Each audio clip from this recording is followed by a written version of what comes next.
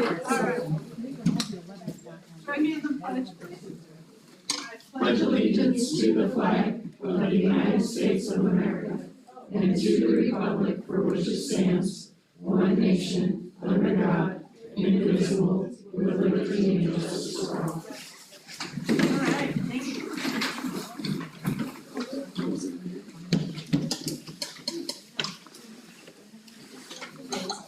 Just give us 1 minute here.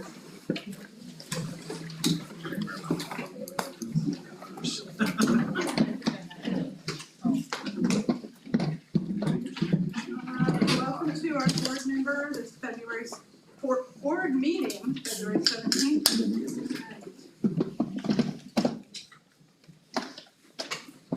Do we have any deletions or additions to the agenda? One little adjustment on the personnel, there's a para that we're hiring that is gonna be preschool because of the literacy grant, and that was changed just recently to special education. So with the go to the live link, that's the one that approved the personnel. Same person, just different funding source. Gotcha. Thank you.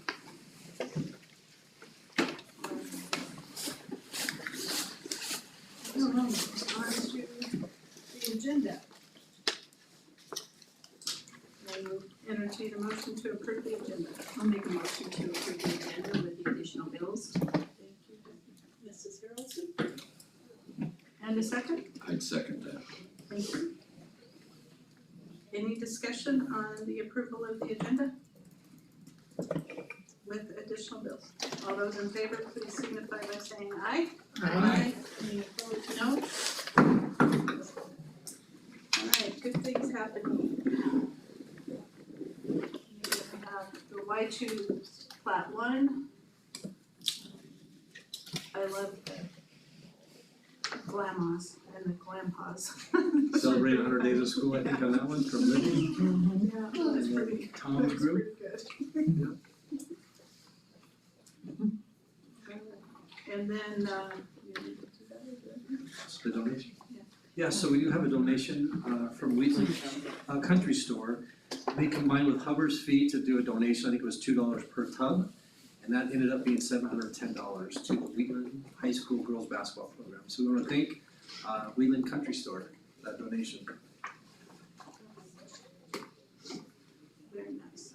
All right, and any correspondence? Comments? Okay, thank you. Okay, and we will move to the consent agenda. I would make a motion to approve the consent agenda. Thank you. I'll second that. Thank you. Any comments or questions on the consent agenda? All those in favor of approving the consent agenda, please signify by saying aye. Aye. Any opposed, no? Alright. Item 8 is the informational items, the reports. Yeah, so first, we'll have Miss Jamie Wilson talk about her financial report.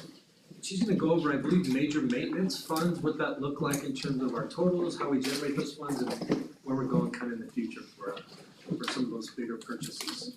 Remember, those always repair or replace something, those are the bigger level of funding. Okay, as Mr. Weigel stated, I'm gonna be talking about major maintenance today.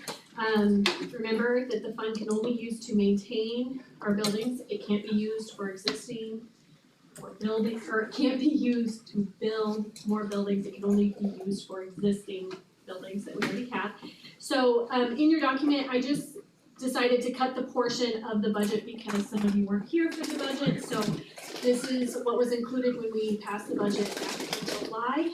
And these were kind of our figures of what we thought we would need, and just kind of wanted to give you an update on what the budget was, and then what we're expecting to spend. So you can see that we budgeted for $1,183,400, and we expected to spend $1,982,735.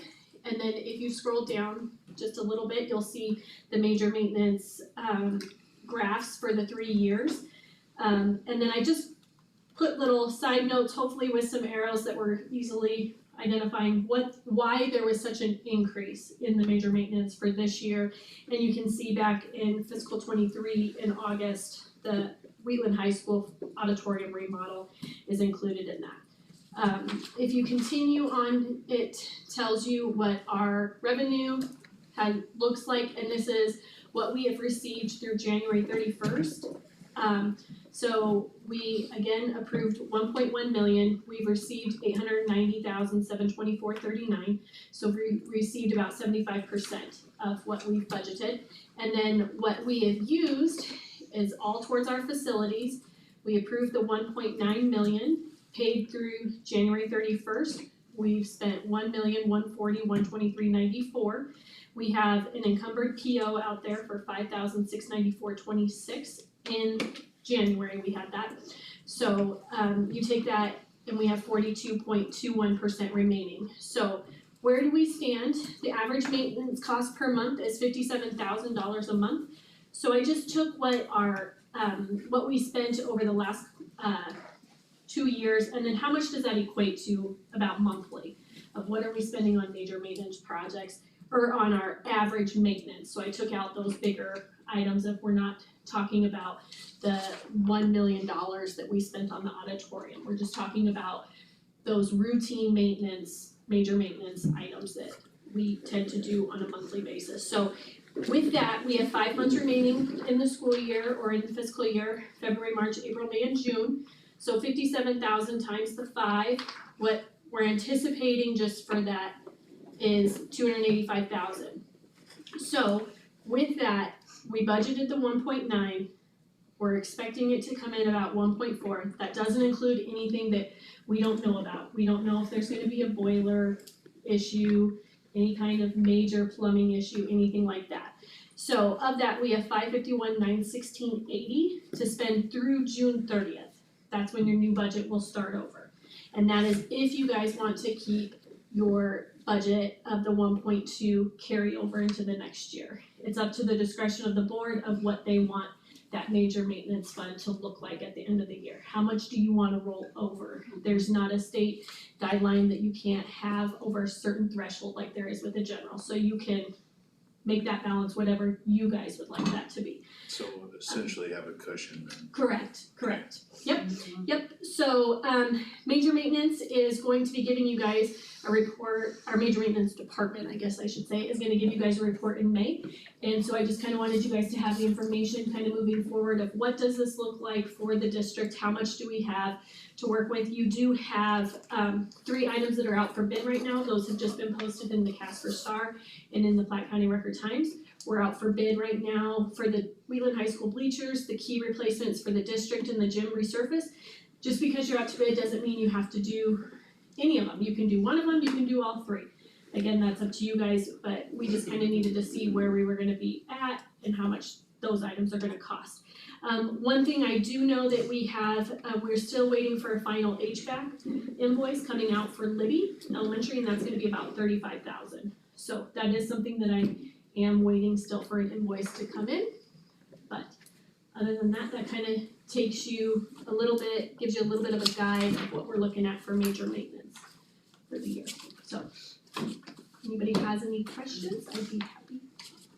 So Jamie, some of the things we're looking at going out for bid, that would probably come out of next year's budget by the time it's all finished, correct? Correct, by the time, so just depending on, I know that a lot of the contracts say that we're looking between June 1 and August for those to be completed. So depending on what their work schedule is and when they can, chances are, I would assume that they're not gonna be able to get it done in the 30 days that they're gonna need to. But it doesn't mean that we can't start bleacher repairment early because you're not gonna have basketball games going on, something like that. So depending on the contractor's schedule, I would say that the possibility of that happening is very high. But more than likely, we wouldn't get rekeyed Correct, yes, before next school year. correct. Okay, Or if it was, it'd be after July, and that's when the change. Major gotcha, Yeah. gotcha. Yeah, so that's something that I will discuss with Mr. Toll when we go to do the budget for the next year of, okay, what are you planning? What do you have on your agenda to kind of get done before the end of the year? And then what does that look like moving forward? What projects do you have in mind for this? look at our income coming in, how much is this gonna run? What's the threshold of the board of wanting to roll over for the next year? Jim and I met last week and actually discussed some of these projects, as far as what things really kind of need a priority. So it's good that these discussions are happening, because there are some things out there that we'll hear about probably before May that, you know, one of them was mentioned in here, Glendo's boiler. If that thing takes a dump tomorrow, we're in big trouble. So that is something that probably is gonna need to be replaced pretty quickly, but there's things like that Jimmy and I talked about that have been band-aided for years, and it's time to make fixes, so. You know, we did discuss that, and that's, you know, very fascinating. Because I've known for years that things have been band-aided and band-aided and band-aided, but now it's, as with your old pickup in your backyard, it's time to fix it, so. Good. But very, very good, thanks Jamie. Thanks, Jamie. Thank you, ma'am. And Mr. Sam's gonna talk a little bit about some data related to our strategic plan with our graduation rates.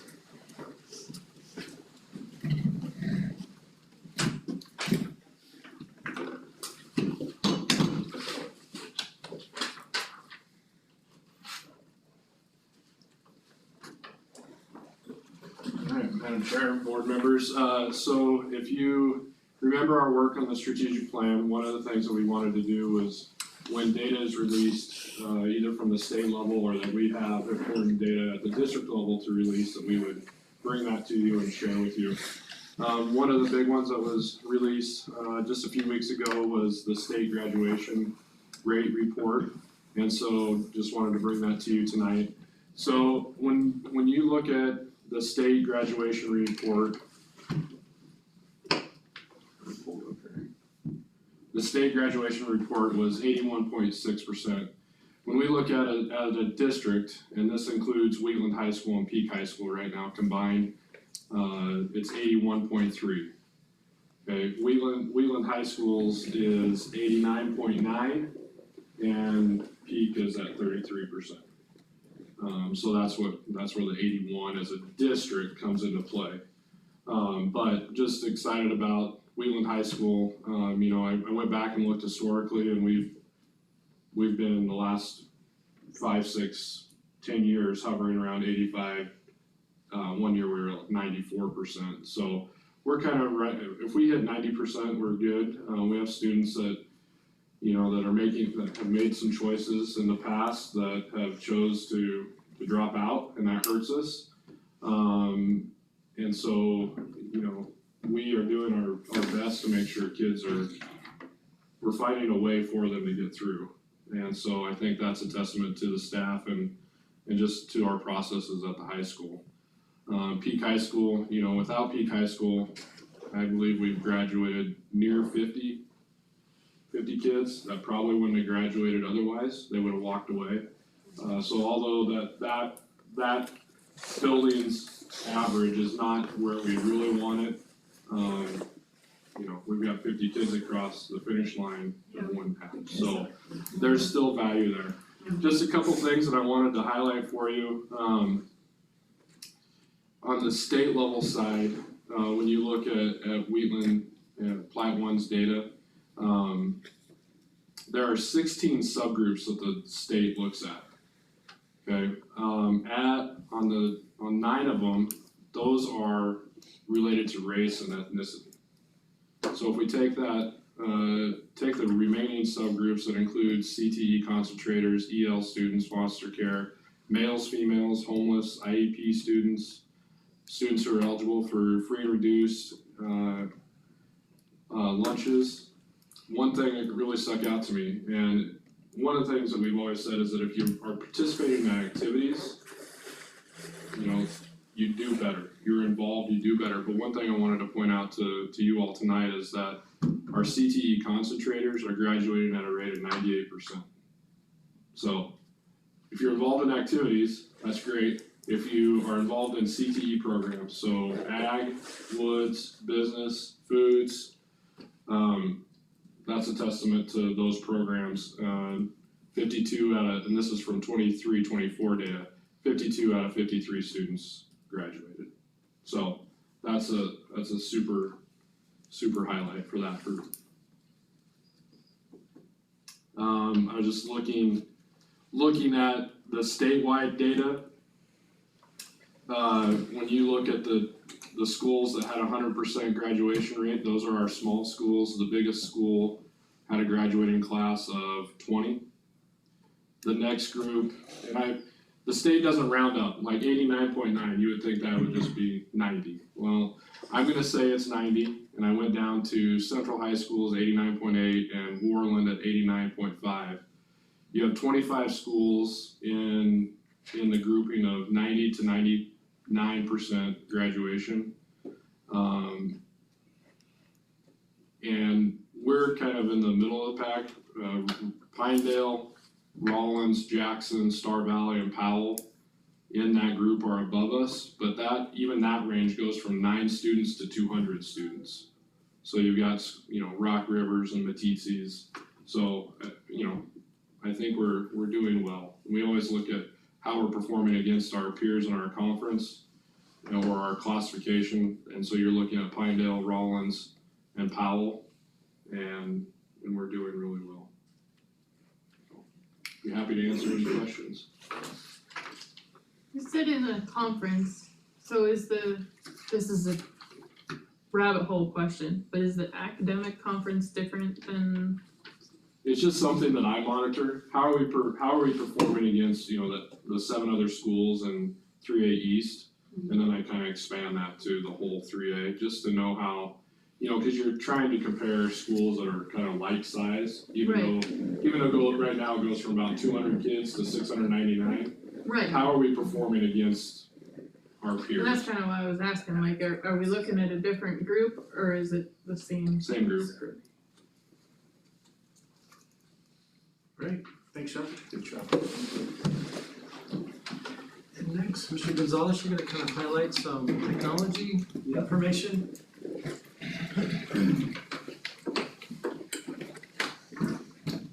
Okay, here. All right.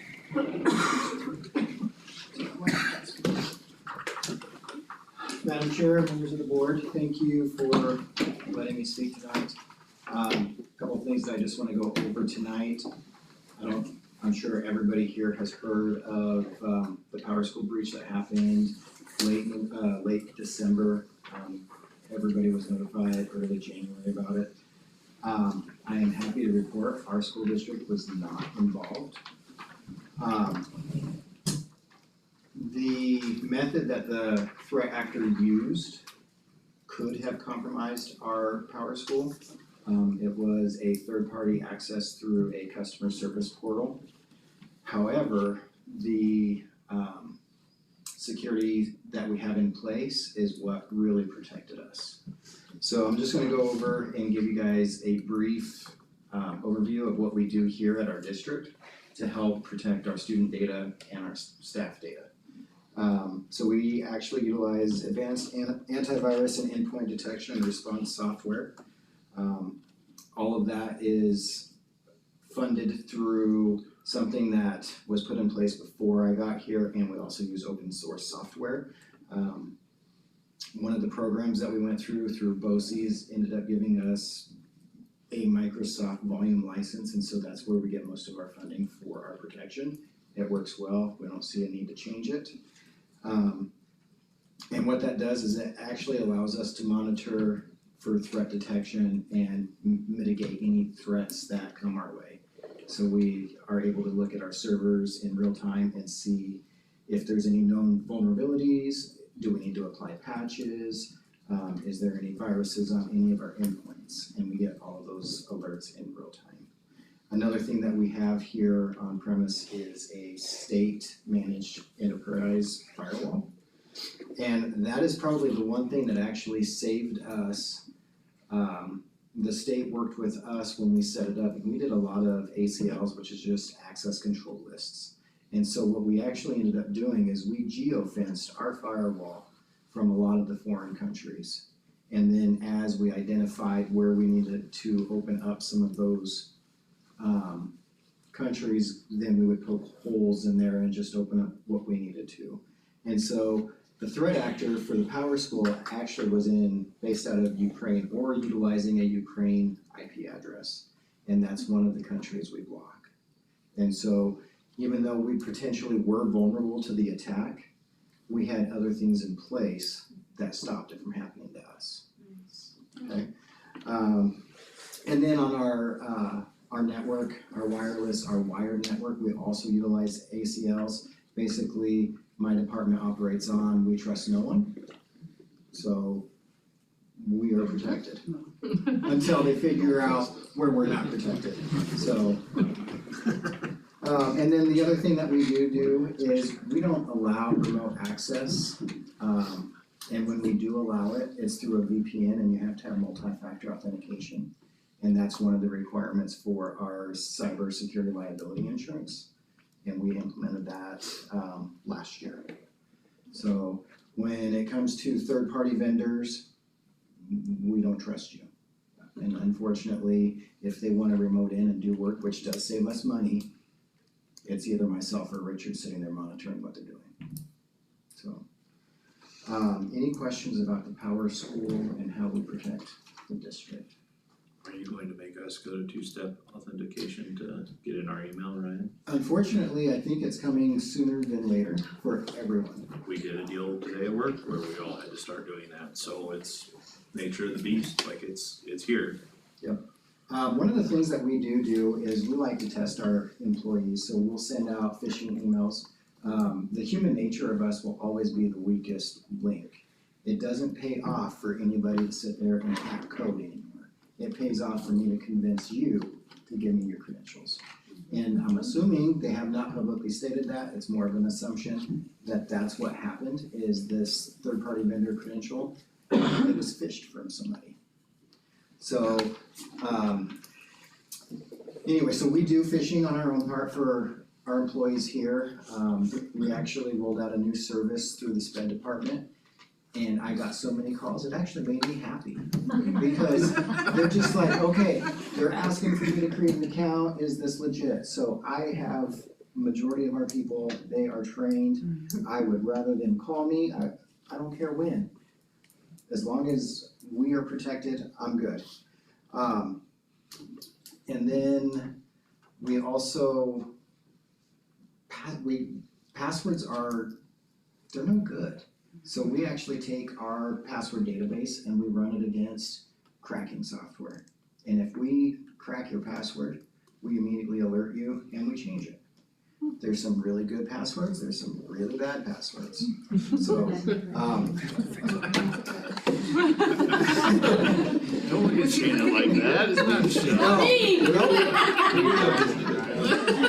Doug, 1, 2, 3, probably not. That's a terrible password. That's why they use it, nobody would think I'm stupid. But anyway, that's just some of the things that I know I will probably never sleep well at night until I retire. Because I know it's the best effort on our part, but we do a pretty good job keeping us protected. Good job, thank you. You do. Alright, the next thing, I just wanted, I know, gosh, it's probably been a few years since I given an update on Chromebooks, our 1-to-1 program, and where we're at with that. I did do this little spread, well, I didn't do this, Mrs. Waring did this little spreadsheet for me, cause she has all the data, and then I did some calculations on my own. Where we sit isn't a good thing.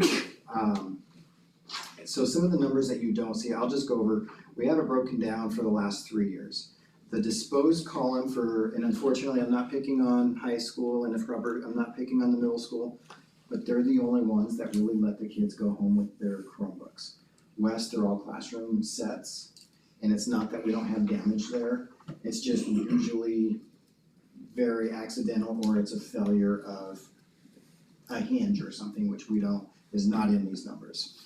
So these numbers here are essentially not accidental damage or what we believe to not be accidental damage. Obviously what I think is accidental damage and what Mrs. Wilson thinks of is accidental damage may be different.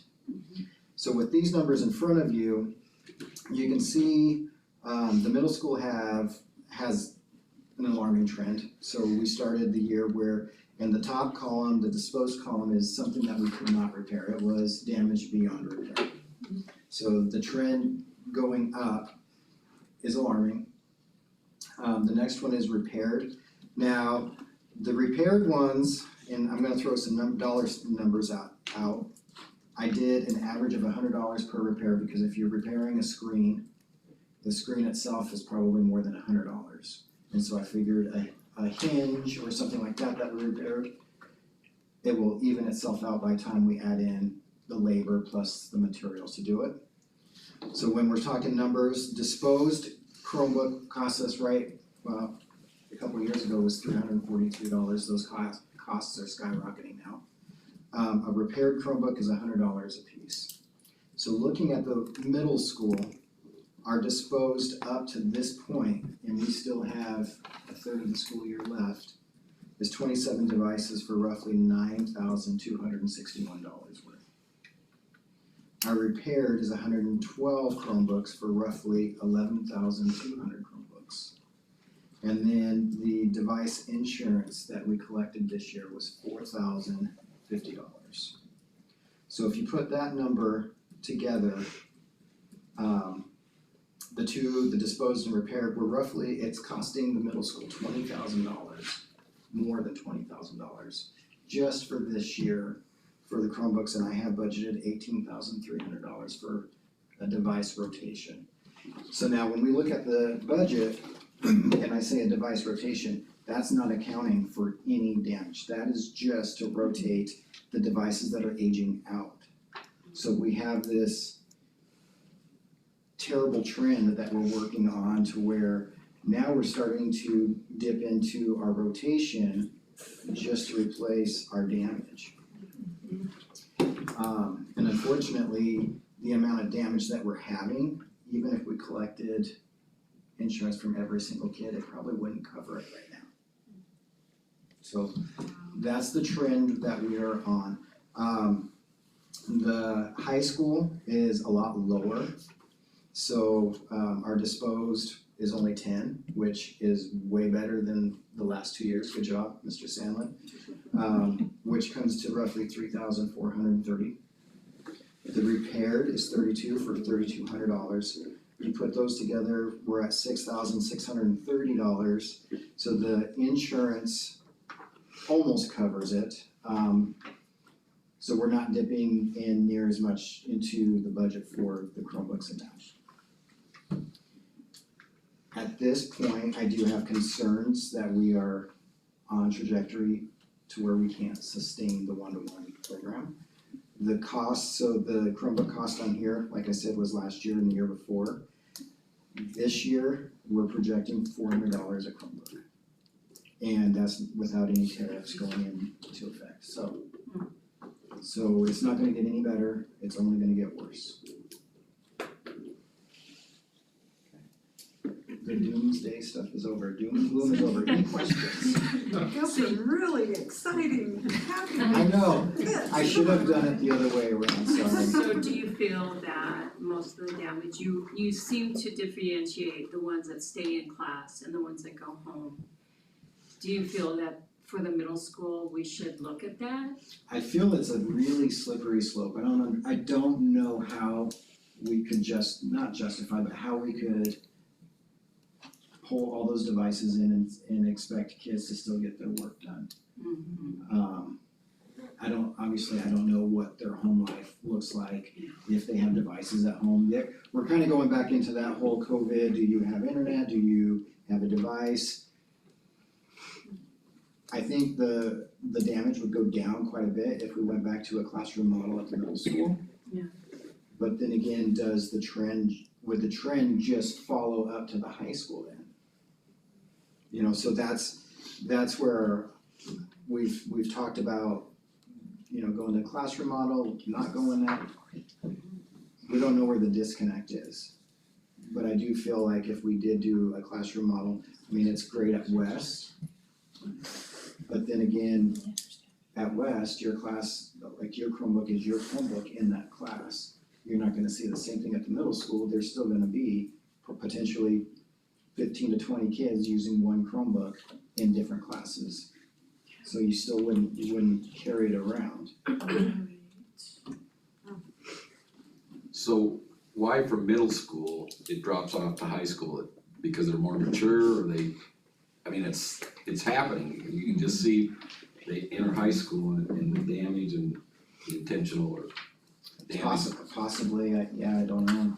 So you could just magically drops off. Yeah.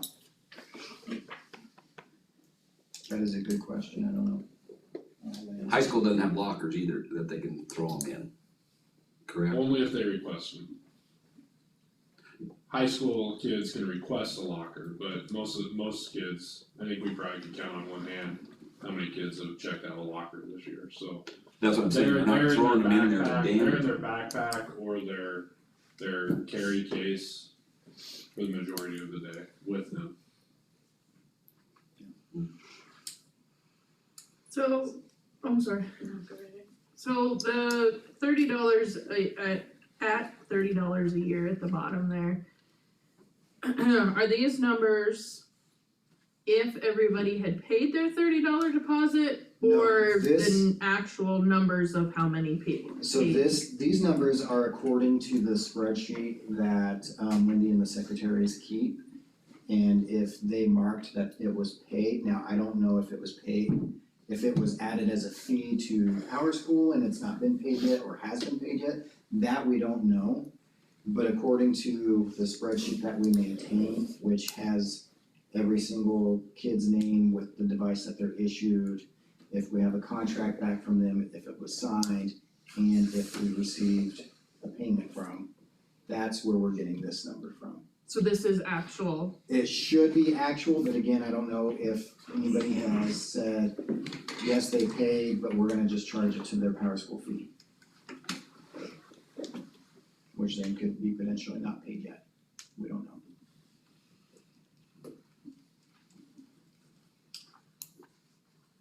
As depressing as it is, it's good information to have, and we'll definitely I didn't be mean having conversations. Did you guys know that we weren't affected by the power school breach? That's a odd, way to end it, way to end it. So we don't have another report, I just wanna make sure you guys know those mugs were for Board Appreciation Week, they came in a little late, so make sure you guys take your. Awesome. So, Thank you. yeah, Thank you. yeah, yeah. I don't know who's responsible, but thank you. Alright, moving on. We are on B of information, so policy evaluation. We have the policies up for review, policies to be amended, and policies to repeal. We're gonna go in depth on those, I think you have noticed, if you have any questions, we can look at individually, but what it says in our policy is once they're identified in one of those areas, we actually would put it for evaluation. So sometimes they're in evaluation because we're looking at them. Once they went to an identified area, like that are listed there, then again, it's for you guys to review before it goes to like a first reading, I believe, so. But our subcommittee, I think, did a really nice job as we went through those. And then remember, we come back as a policy team and then go through their suggestions one more time. So it's a small group and it goes back to the policy committee for another look, Okay, so. so review is a no change. Yeah, the review is just, hey, they were proposing that these policies would fit into the review, that there's no change. Amended would be a small change, or repeal where the committees felt like they're not needed, Okay. or duplicated, or duplicated, or, yeah. Okay. I got one. Okay. So, whether it be the review, amend, or repeal, how many sets of eyes, rather, are looking over these? Are we talking like 15 people, or are we talking 5 people? So I think subcommittees were Whole usually, process. probably, 3 to 5. yeah, 3 to 5 subcommittee, policy committee, I don't know if there's 8, is there 8 or 9? Do you know, So have that, do you have that in your? as far as. Just got our- Wayne and January. 7 to 9? For the busing policies. So 13 sets of eyes looking at these. And remember, this was part of one of Josh's assignments when he was working on his internship. So he kind of helped kind of guide the teams a little bit. They didn't all go with recommendations of that, but It did provide a model policy, it did provide a recommendation, he looked at both of those, so that was another step compared to, for all the subcommittees. If you remember last year, there were some questions about discrimination and Title IX and those things halted, and I did some of the work in the back end to try to make sure, but we didn't really have any situations outside of maybe legislation or community use might have been another one that we kind of held off, and those were only, I think, 3 overall policies. All the other ones had pretty good recommendations that everybody felt comfortable with. Kudos to the policy committee, we really went through the last meeting and got it all done. Alright, so we have those that we can all look at, and now on to item C, board reports, so we'll just real quick go over our committees again. Diane, do you wanna give us another briefing on the cell phone? Okay, yeah, we already have a policy in effect right now, and we're challenged to see that be effective. So for that reason, we're hoping to bring it back up. And we had a meeting, this committee of Sean and myself and Mr. I'm on the spot, sorry, I remember. Yeah, Mr. Weaver, sorry, I just always do that. And so we didn't necessarily come up with a lot of new ideas, but we bring it up because we see it as a real need. And so I think where we're at this point is trying to get more and more input from all of our stakeholders.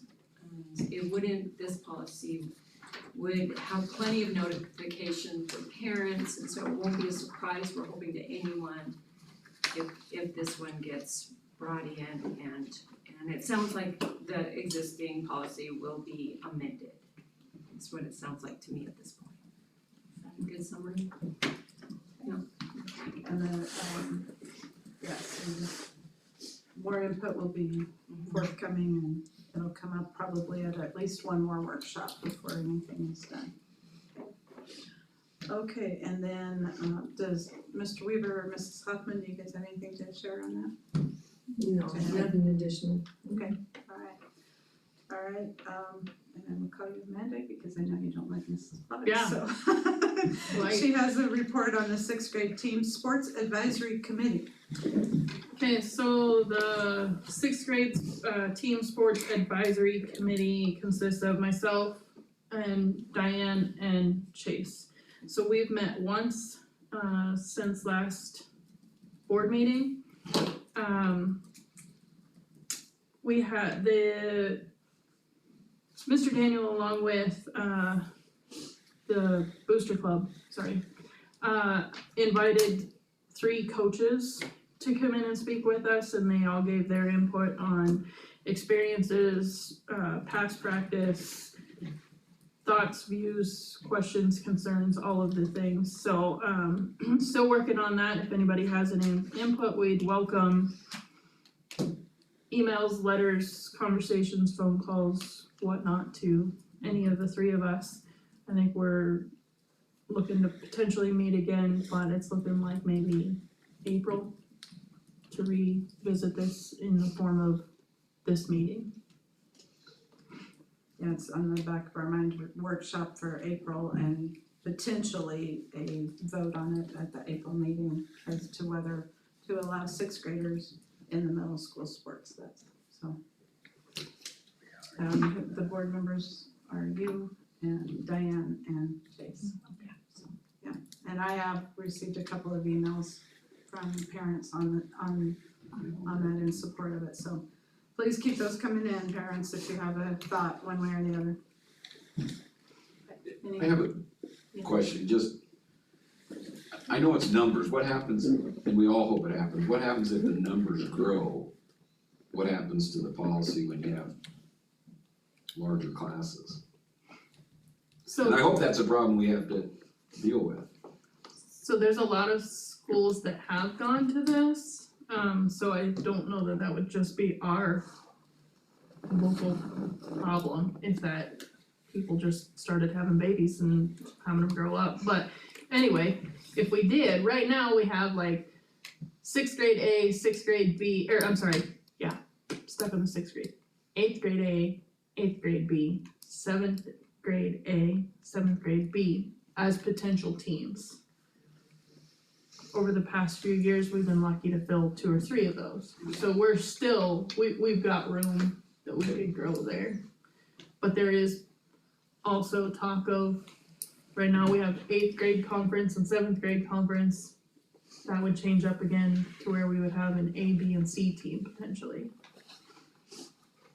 You wouldn't have the 7th grade conference, 8th grade conference. But all still in discussion mode. Okay, so we'll move on. Another thought that was brought up is our lunch options at Wheatland High School and whether or not it warrants looking at a little bit closer. I can talk about this a little bit, so Okay. there's been concerns, I think, because of the size of the cafeteria, right? So sometimes we get a small number of kids there.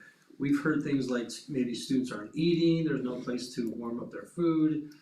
Maybe they don't have a place to put their food because they use a locker, things like that have been concerns from I would say parents. So I'd like to maybe have Josh talk about that, if you guys have heard other concerns as parents or as board members, we could ask Josh about what his thoughts are. He does eat lunch every day in the cafeteria, so he has a pretty good understanding of what happens in that area and what's available. So Josh, do you wanna just address a couple of You those? want me to come up or just here? So come on up, join us.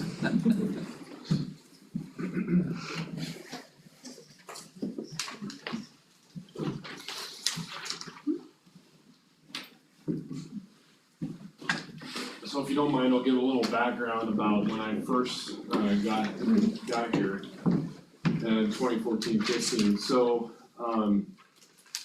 when I got here, lunch was provided. We had usually some sort of lunch meat sandwich that the kids could make, or PBJ. They could make as many as they wanted. We had a salad bar that probably rivaled any of the restaurants in town at that time. Previous custodian spent time in the mornings. He would come in at 4 o'clock and he would prepare the salad bar. And then sometimes we would have a soup. And the district, we didn't charge the kids anything. And then I believe staff was like $2. And from my understanding at that time, it cost the building about $25,000 a year for food that way, because we were just going to Safeway and buying the food, coming back and preparing it. The reason for the change was we had students at least one student that was going to Libby to get their hot lunch because they were free and reduced.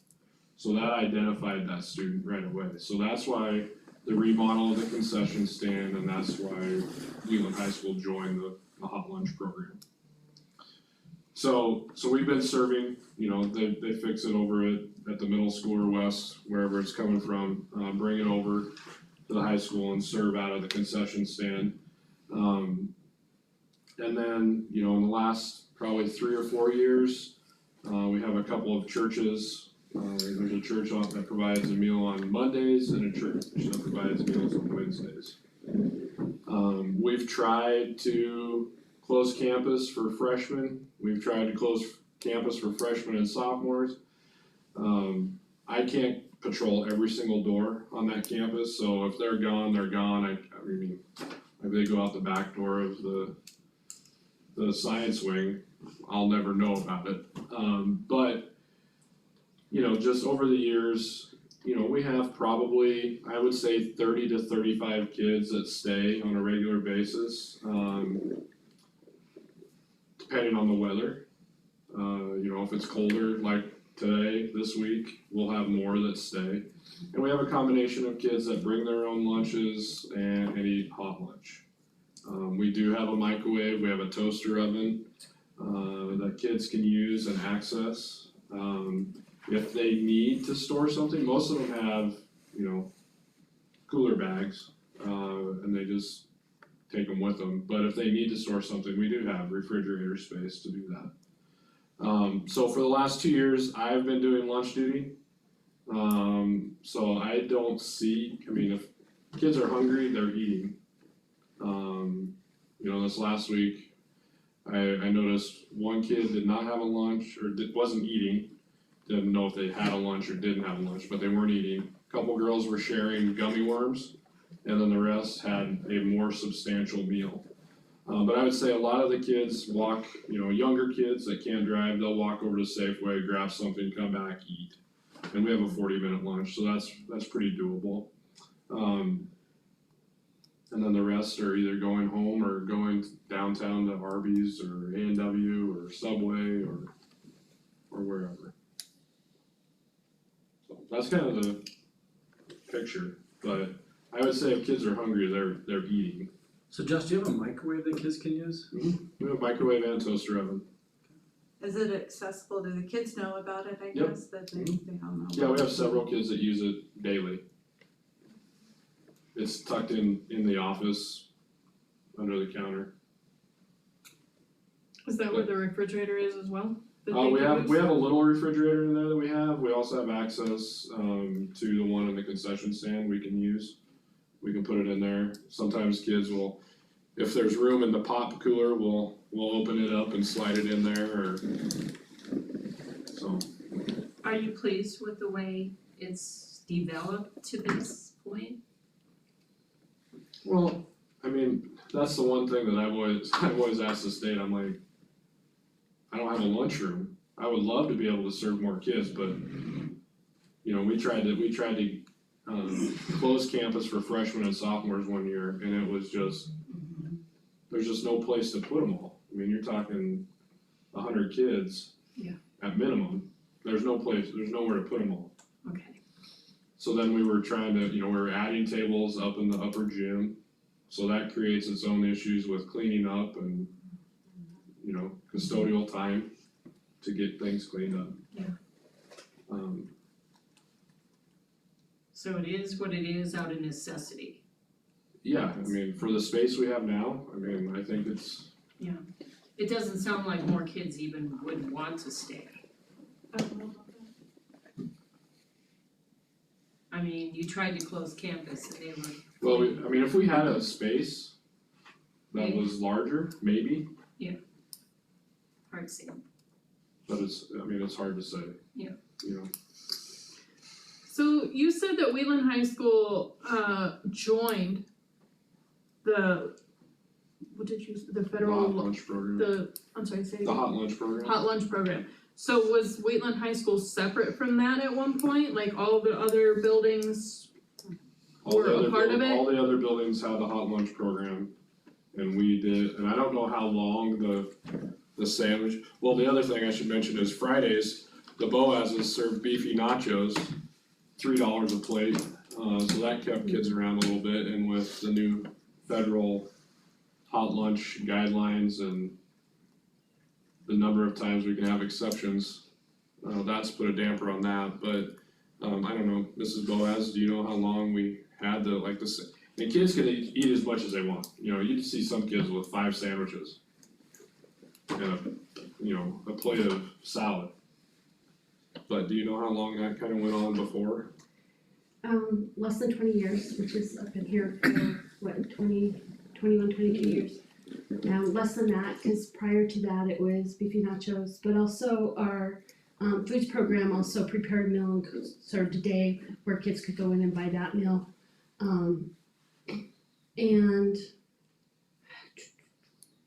But I would say they probably started the salad bar late, maybe 2007, 2008 in there. I was 05, gonna say, What was it? that's when I student taught, 05. 05? We had the salad bar then? Yeah, it was first year of it.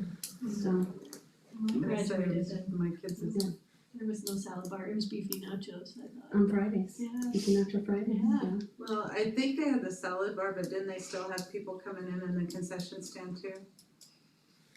No, we didn't, like, They just started the salad bar when I was student teaching, and we started getting some of those kids to stick around, but like I graduated in '99 and there was zero, there was nothing. You either brought your lunch or you didn't eat, so.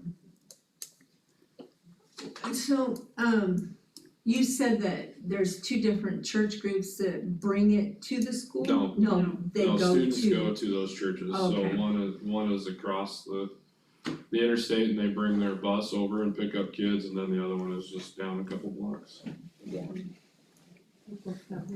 Are they both over there? And why bus, like what are we talking about? Are we talking about a van, are we talking about like a bus? Not a bus, it's their So, church van, it's their Monday, church. our church provides this, it used to be a senior citizen. Yeah, it's Yeah. like the nursing home. So it's a shuttle, Yeah, it's like a Yeah. shuttle bus. an airport, shuttle bus. Yeah. But they come over, they park out front, and kids get on, they take them over, bring them back. How many kids ride it? Depends on the week, but Yeah. usually anywhere from, my husband drives for that bus, and anywhere from, he's had as few as 3 and he's had as many as 15. Is But 15 total, fill it? close, I think, I'm not sure. But I did ask our people that are in charge at our church on Mondays, and we feed approximately, on average, 90 kids every Monday. That's our average. so they One can take benefit. themselves. Yeah, they could. Yeah, they take- drive over there, but I mean, it's free, Mhm. they don't have to follow the federal lunch guidelines, Mm-hmm. so they can do some different I like things that we're not able to. Nobody Under the likes hot lunch those federal lunch guidelines. When you tell a high school kid free, they'll be there. Yeah, for sure. So, I guess I have a question that, do you have any suggestions for options? Like, how can we advocate for our school to have a workable lunch program for high school students? I think that would be the committee. Are you talking at the state level, or just here in the district? I'm talking about at the state level. Yeah, this is deplorable as far as I'm concerned. Sorry, just gonna say it, If student nutrition is important, then it should matter to the state. So I think our legislation currently says otherwise. I I'll didn't just say throw that that- I'll they just didn't throw say that out there. otherwise. I'm making a I statement. mean, I'm not disagreeing with you, Sean, I'm just saying that what we all have seen in the last couple months has definitely made a very clear statement. So, I think it's How many very, other it's schools- very challenging with the state construction department because they have all their metrics that they go by. Like, I don't even know where the high school even falls on the list. When they start digging into the sewer, hopefully this summer, maybe we get bumped up on the list, but I think safety wise for the campus, I think until that's resolved, I don't see the state spending any money, and with the declining enrollment, I don't see them spending any money on construction. Since I've been here longer than anybody else probably in this room, when I went to high school, which is many years ago, the high school was one building. And we had a hot lunch program, but we gotta leave at lunch, and most of us left at lunch. I mean, you could go home, you could go to A&W. It's the nature of high school students wanting to leave where they're at. I'm not saying we shouldn't try, and we had a hot lunch program, you had to walk a block in the old junior high, everybody ate. Over at the there, old- Yeah, that's where I. at the old junior high. Mhm. And I didn't, I just left campus, went and ate, and so did everybody that had a car did that. So some of this is just the nature of being a high school student with a car and the ability to leave and the ability to, So those that don't have that ability, they can find, I hate to tell you, Amanda, most of them can find a ride, and that's what they do. But I'm just telling you, that's the nature I of the think beast. that's an that we- awful answer. Well, no, I'm just telling you the nature of the beast, is that that's what high school kids wanna do. And And you just have to What understand the I've reality. noticed, what I've noticed is kids don't drive like they used to, and I don't know if that's because, you okay? You know, I don't know if that's because people don't have, money for their kids to have cars, because, the economy's been a problem. But I also noticed a lot of young people today aren't that interested in getting their license real soon A either. lot of cars But I out also here. have I've signed a lot of the hardship permits. I mean, there's a lot of younger, like, there's probably, I don't know, probably 20 kids in the freshman class that can drive. At least. I know, cause I had to sign their hardship permit. Well, I can sit here and say, you've signed one for me, but that doesn't mean No, that that doesn't mean she that they're can driving, no. So what is Okay. being provided now for those that want it? Well, I mean, we have to plan for lunch, school lunch. Yeah. I mean, so it's available. So whatever the school is serving that day is available at the high school, served out of the concession stand. Yep. Okay, Alright. so they have access to food. Okay. Alright, I mean, I'm open to ideas, I just, Sure. Yeah, I can't force kids to stay, I can't force kids to eat. I don't know, I mean, I'm open to ideas. So the question is, does the board feel like we need to form a committee to look at this and look at if there are any options out there? That was the question. I feel not. We're gonna committee ourselves to death. Frank about it. would like a bigger refrigerator help over there? I mean, that students can have access to, do you think? I mean, if you've got little refrigerators or you're using. Well, part of the thing is you don't wanna, I don't want it out in the open, cause then kids are messing with each other's lunch too. Oh, okay, I don't want that either, no, you know. right.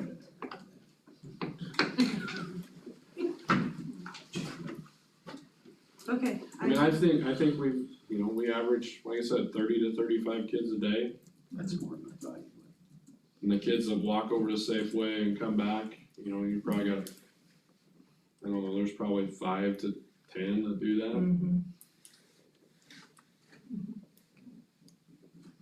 So, right, Out of 200?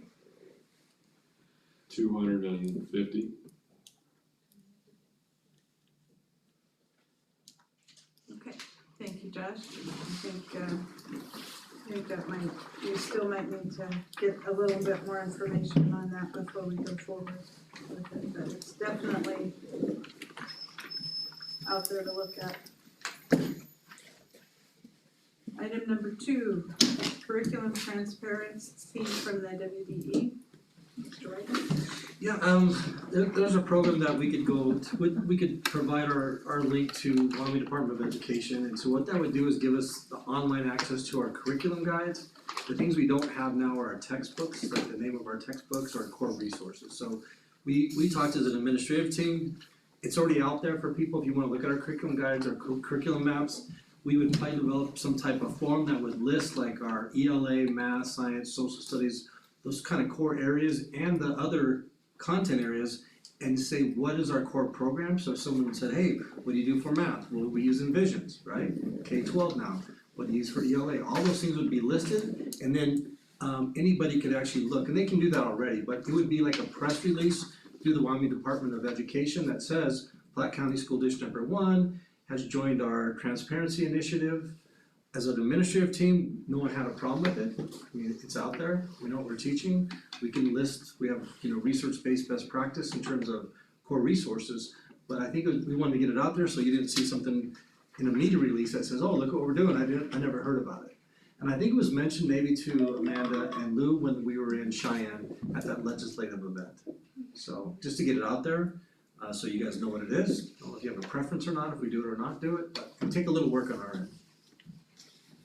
And currently at the WDA on their website, there's 10 districts participating right now. Who would do that work? One of us, I don't think it would take too long to put it together, it's already up the website, so it's So just a the- matter of. The stuff, it's just really it's just really the curriculum maps resources. are already listed on our website, and so last week when we talked about this, I put together a spreadsheet for K-12 resources, and elementary's done a fabulous job, they've got theirs pretty much filled out. So all that is just linking our core resource documentation onto our curriculum map page, and we're good to go. I think that's kind of what the conversation was in Cheyenne. Megan Degenfelder and Dickie Shaner told us that there were 10 schools already listed on their website.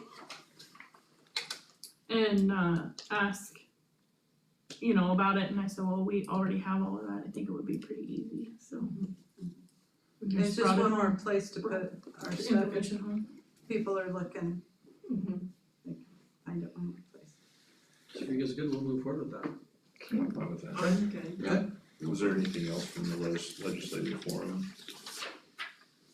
Like anything that we need to know since we were unable to attend, those of us that couldn't? Not a lot more than what's been out at if you've been following the legislature, but we will talk about that at the board retreat. Okay.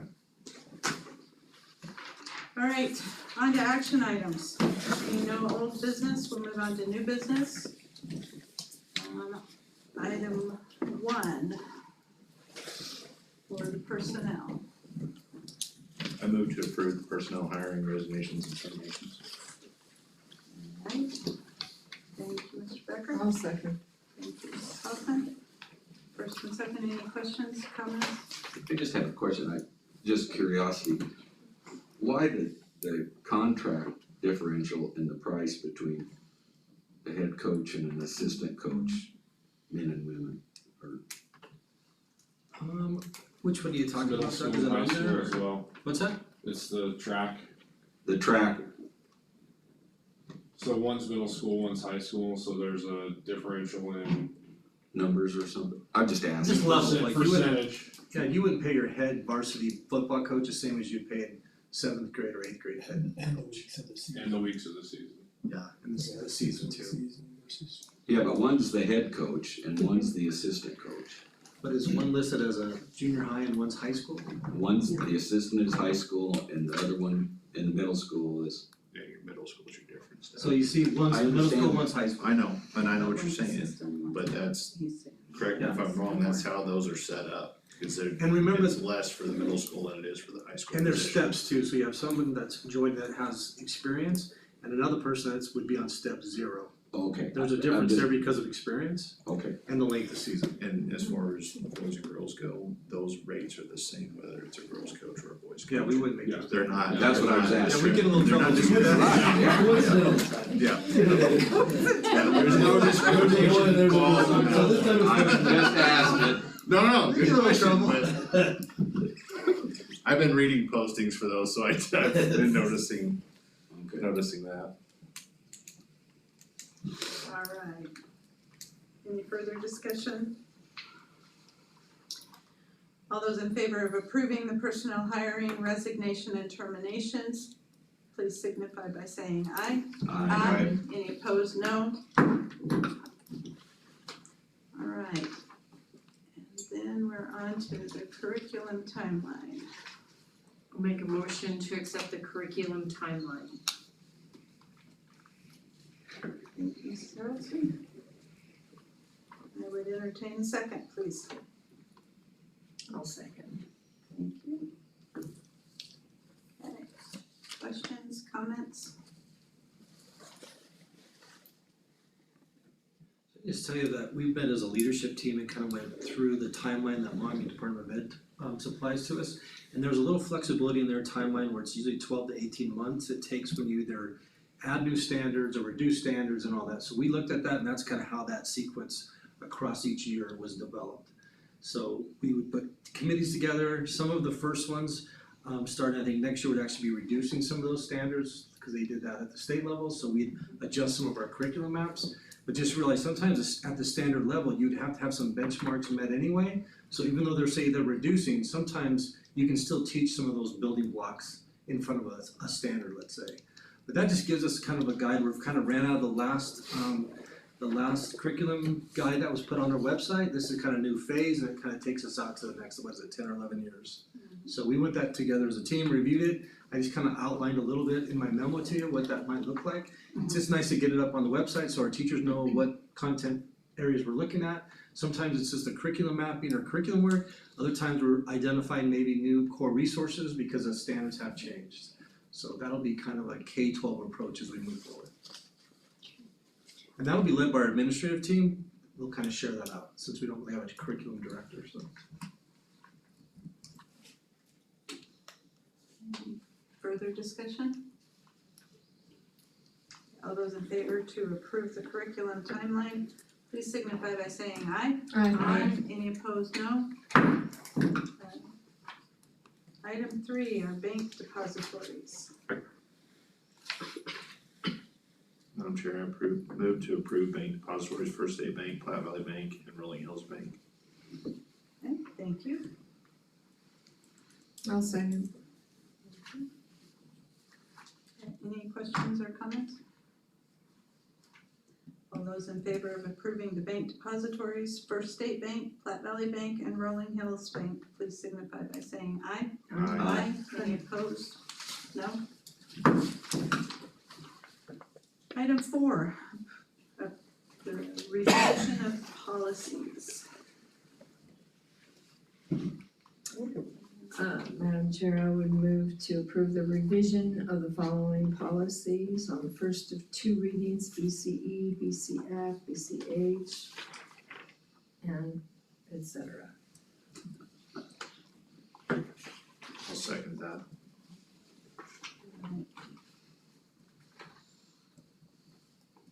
Okay, so this is the first of 2 readings of all of these policies with the revisions that you can look at in the link.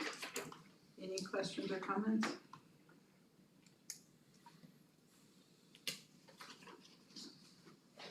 Okay, so the motion is to approve. All those in favor to approve the revision of the following policies on the first of 2 readings, BCE, BCF, BCH, BDA, CFA, EEAC, EEACA, FB, FFA, GBG, GBL, GBM, GBMR, HB, HBR, IGAE, IGBA, JED, JEDR1, JEDB, and LDA.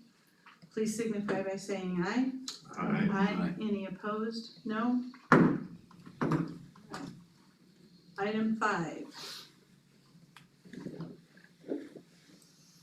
I would make a motion to approve the adoption of the following policies on the first of 2 readings, GDN, BE, DG, EEA, ED, GCA, IHAR, JJB, and IKA. I'll second that. Thank you. So this is the adoption of new policies, correct? On the first of 2 readings, so there'll be one more chance on this. Any discussion on these policies? Okay, all those in favor to approve the adoption of the following policies on the first of 2 readings, GDN, BE, DG, EEA, EB, GCA, IHAR, JJB, and IKA, please signify by saying aye. Aye. Any opposed, no? And item number 6. I'd move to bring the 4-day 2025-26 Glendale calendar off the table. I'll second that. Thank you. Okay, so any discussion on this? This is just to take it off the table. All those in favor to approve the motion to bring the 4-day 25-26 Glendale calendar off the table, please signify by saying aye. Aye. Any opposed, no? Item 7. I make a motion to approve the 4-day Glendale calendar K through 8th grade for the 2025-26 school year. Thank you. I'll second that. All right. Any discussion? We've had some in our workshop, had some letters, we've had lots going on. Any discussion here before we vote?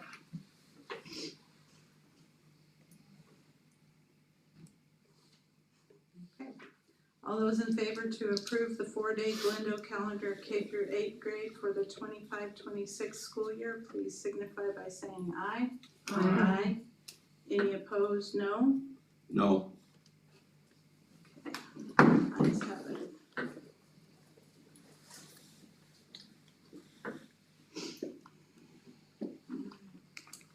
Item 8, I'll make a motion to approve staffing for Glendale High School for the 25-26 school year.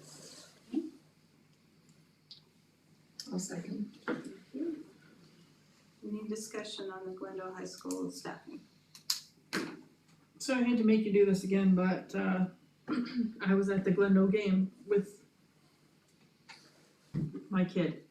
So I missed, for me to vote on this, I don't know what the plan is. Like, I mean, I get the staffing part, but I guess And that's all. I get that part, but can I have like a 2-second recap of Sure. this? So, I don't even know what the staffing entails. Does it entail one person, 10 people, or I just say yes or no and you hire so, however many you want? yeah, so we wouldn't hire as many as we want, but to approve the high school, we have to have at least one staff member, right? To help facilitate whatever learning that looks like. We could do it with a paraprofessional and it'd be all online, or we could do a content level person and they would help facilitate that along with some of the junior high needs, cause we've increased the junior high. So it's either or, I believe. I don't think we do more than one. So it'd either be a paraprofessional or a core teacher. We're still checking on what kind of funding might be available. We might have some funding that would come from 3 years ago, connected where we had 3 students and then we had 0 students and 0 students. If not, we would have to provide this opportunity and then the following year, those dollars would run back to the district, right? So we're still checking on that. So it'd either be a paraprofessional or a core teacher at that level. And we'd probably use that program called PLP, and it's the ones that we're using at the high school with Ingenuity, so it's an online system. That would be used, and it's a Wyoming certified teacher that can actually give grades, and we would have to pay for that class by student. So staffing just means we can start looking into this, share some of the curriculum with the parents, maybe see what's out there in terms of, when we go to the Wyoming interview fair, do some checking. But I think we need a little more information on budget and overall staffing before, but we can't move forward without your permission to do so. Yeah, my concern would be hiring an individual and not having students for that position, and then what, do we have to cut them loose? Do we, Sure. cause I hate to bring someone on for a year, year and a half, 2 years, and then we don't have anybody and you just lost your job. That's right. I hate to do that, but I also hate to deny one student the option to stay where they are and receive their high school education.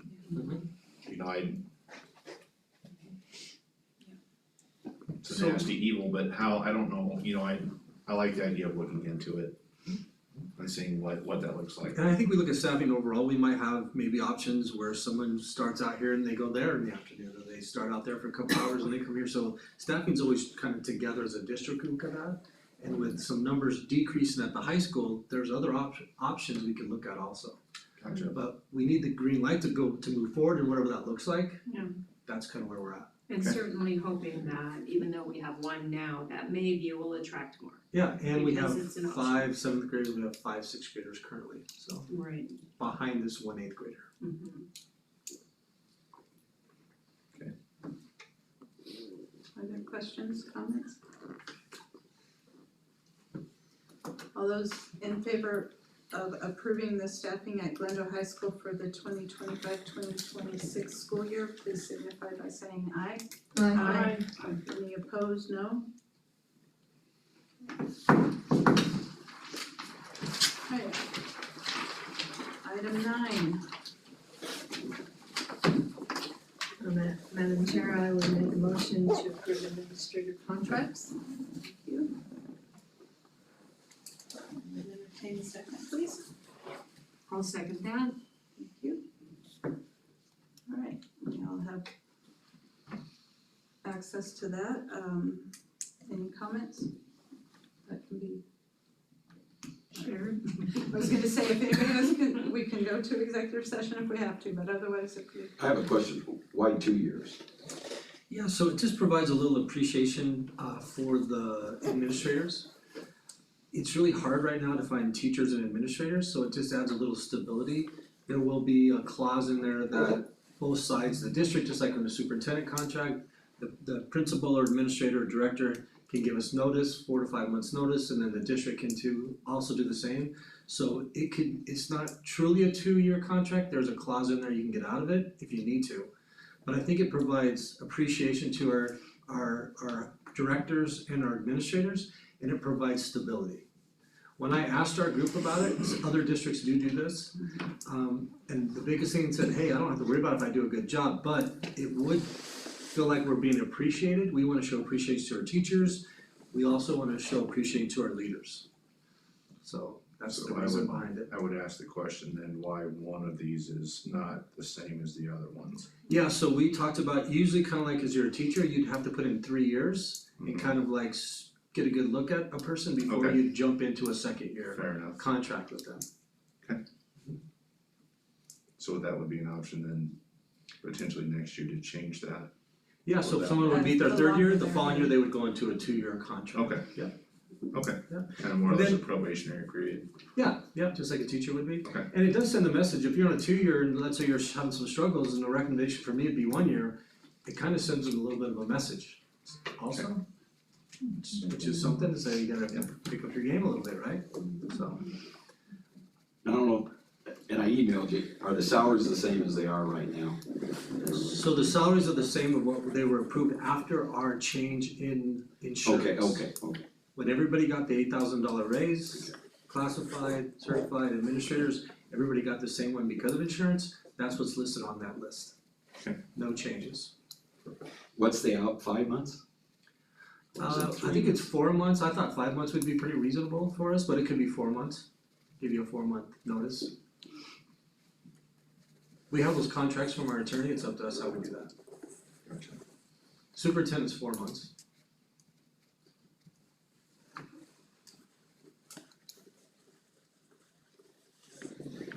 I'll probably vote for it, but I don't like 2-year contracts, I'll be real honest with you. I have that same issue. And I understand the appreciation, And we do have the 4 to 5 month clause, so. but we get to pay them for that too, let's be realistic about it. But you pay them for a full year if you have a 1-year contract and you have issues, you're gonna pay them through that entire year with pay. I mean, even if you suspend them, there's districts today that have that same issue, that their principal never spent a day in the school. So. And we talked a little bit about when you're, especially like a high school principal, and you have an issue about this time of year, and maybe it's with somebody, I understand. you know what I mean? It puts you in a little bit of a bind, you still have to do your job, but then all of a sudden your contract's being up for renewal, you know? It's like, I'm doing a good job, I'm following the policy, but I might make somebody mad on this board or someone in the community, but I'm doing my job. And that's a really odd scenario to be in as an administrator. And I think we have a quality group, they're leading us in the right direction, and that's why I support that.